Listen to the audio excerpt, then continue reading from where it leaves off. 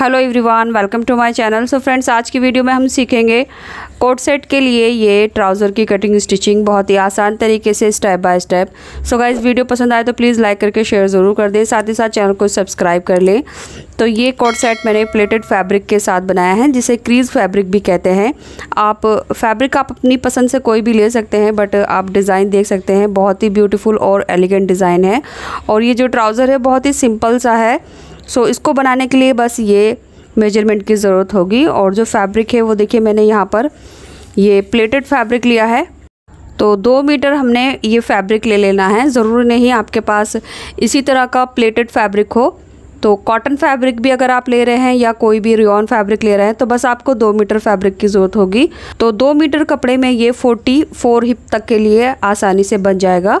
और इस कपड़े का जो अरज़ है उसी में हमारे ट्राउज़र की लेंथ होगी, क्योंकि इस कपड़े में इस तरह से देखिए क्रीज़ है। तो प्लेट वाली जो साइड है वो ट्राउज़र की लेंथ होगी, और जिस साइड से खिंच रहा है वो हमारे ट्राउज़र की चौड़ाई होगी। तो अब हमने देखिए फैब्रिक को इस तरह से डबल फोल्ड करके बिछा लिया है। ये लेंथ वाली साइड है, ये वाली, ये मीटर वाली साइड है। तो देखिए, क्योंकि हमारा कपड़ा डबल फोल्ड करके रखा है और इस तरह से ये 30 इंच है।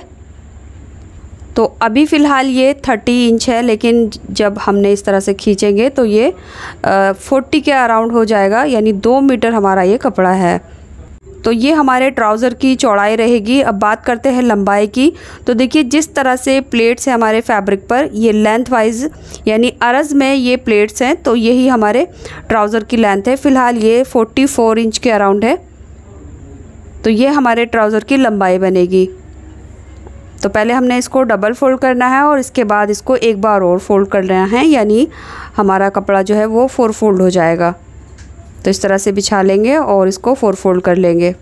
तो आप जो भी अपनी पसंद का कपड़ा ले रहे हैं इस तरह से बिछा लेना है। आगे की तरफ 4 लेयर रहेंगी, खुली साइड रहेगी, और अपनी तरफ जो है कपड़े की बंद वाली साइड रहेगी, ये वाली। तो इसको अपने साइड में रखना है। अब यहाँ से हम 2 से 2.5 इंच का नेफे का मार्क कर लेंगे। जितनी भी हमारी चौड़ाई होगी इलास्टिक की, उसी के हिसाब से हमने नेफे की चौड़ाई ले लेनी है। तो लगभग मैंने 2 इंच पर मार्क कर लिया है। अब इस वाला, ये देखिए, ये वाला फैब्रिक हमारा नेफे में फोल्ड हो जाएगा। इस वाले मार्क से नीचे की तरफ हम अपने ट्राउज़र की लेंथ ले लेंगे, जितनी भी हमें रेडी लेंथ चाहिए वहीं पर मार्क करेंगे। तो मुझे 36 इंच पर ये रेडी चाहिए, तो 36 इंच पर मैंने मार्क कर लिया। इसके बाद एक्स्ट्रा मैं कपड़ा बिल्कुल नहीं लूँगी फोल्ड करने के लिए नीचे से, क्योंकि ये कपड़े को हम फोल्ड नहीं करेंगे। इसके एजेस जो होते हैं यानी किनारे, उनके धागे वगैरह नहीं निकलते। तो बस एक्स्ट्रा लेने की यानी फ़ोल्ड करने का जो फैब्रिक होता है वो हमें लेने की ज़रूरत नहीं होगी। अब यहाँ से हमने अपने हिप का 4th पार्ट प्लस 2 इंच करके मार्क कर लेना है, जितना भी हम अपने नॉर्मली लेते हैं। तो देखिए, मैंने आगे से लगभग 2.5 इंच छोड़ दिया है यहाँ से, और ये लगभग अभी यहाँ पर 10.5 इंच है।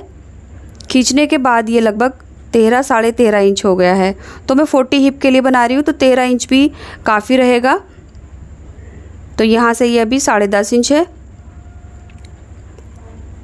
इसके बाद अब हमने अपने क्रॉच की लेंथ लेनी है। तो क्रॉच की लेंथ मैं 13 इंच ले रही हूँ। आप अपने साइज़ के हिसाब से कम ज़्यादा कर सकते हैं।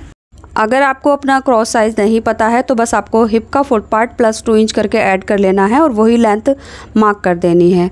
अब यहाँ से हमने इस तरह से गोलाई दे देनी है।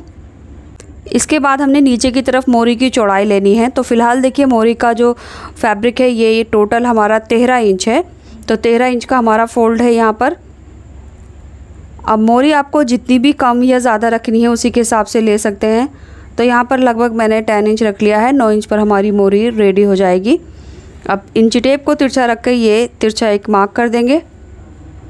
तो बस हमारे ट्राउज़र की मार्किंग हो चुकी है। इसके बाद हमने कटिंग कर लेनी है। तो कटिंग हमने यहाँ से यहाँ तक करनी होगी।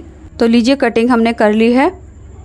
ये इसकी क्रॉच वाली साइड है, और यहाँ से ये इतना जो है नेफे के लिए हमने एक्स्ट्रा लिया था 2 इंच, और 36 इंच पर हमारा जो ये ट्राउज़र है वो रेडी हो जाएगा। क्योंकि मैंने आपको बताया है, इस कपड़े के जो किनारे हैं उनको फ़ोल्ड नहीं किया जाता, क्योंकि कटिंग के बाद इनके किनारों से एजेस धागे वगैरह नहीं निकलते हैं।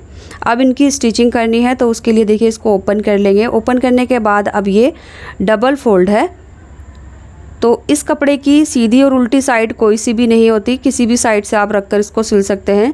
तो बस मैं इसी तरह से इसको रखूँगी और जो हमारे क्रॉच की गोलाई है यहाँ से आधा इंच का दबाव लेकर दोनों क्रॉच को सिल दूँगी। क्रॉस सिलने के बाद आप चाहें तो नेफा फोल्ड करके इस तरह से इसमें इलास्टिक भी डाल सकते हैं। तो देखिए इस तरह से हमने ये क्रॉस सिल लिए हैं। इसके बाद हमने इसमें इलास्टिक डालनी है। तो पहले इसको बीच में से इस तरह से पकड़ेंगे और इसकी दोनों लेग अलग अलग कर लेंगे।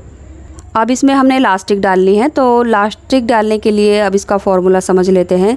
तो देखिए इलास्टिक हम अपनी कमर के हिसाब से डालते हैं। जितनी भी हमारी कमर की गोलाई है जहाँ पर हमें ट्राउज़र बांधना होता है तो वहाँ से हमने ट्राउज़र की गोलाई देख लेनी है।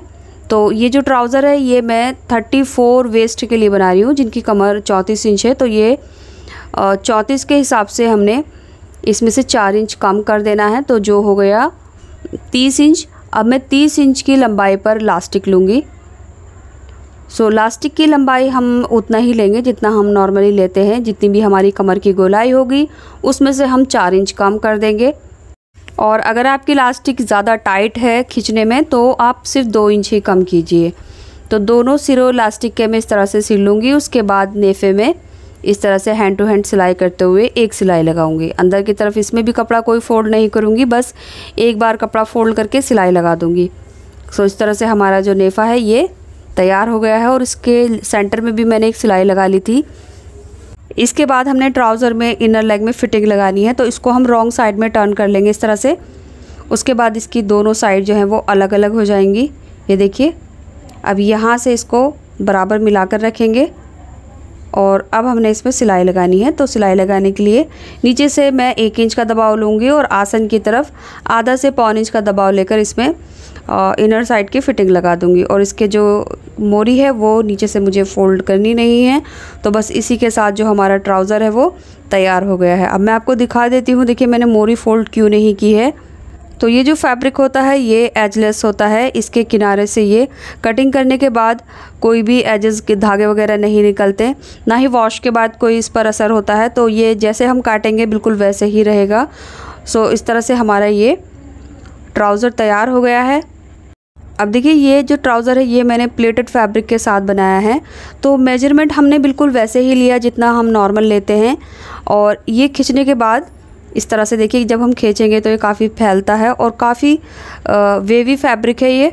सो फ्रेंड्स वीडियो में आपने देखा कि इस प्लेटेड फैब्रिक की कटिंग और स्टिचिंग करते हुए हमने कोई भी चेंजेस नहीं किए हैं। वही रेगुलर मेजरमेंट है जिससे हम अपना सिंपल प्लाजो पैंट या ट्राउज़र बनाते हैं। मोरी की चौड़ाई जितनी आपको रखनी है आप इससे कम भी रख सकते हैं, 6-7 इंच भी।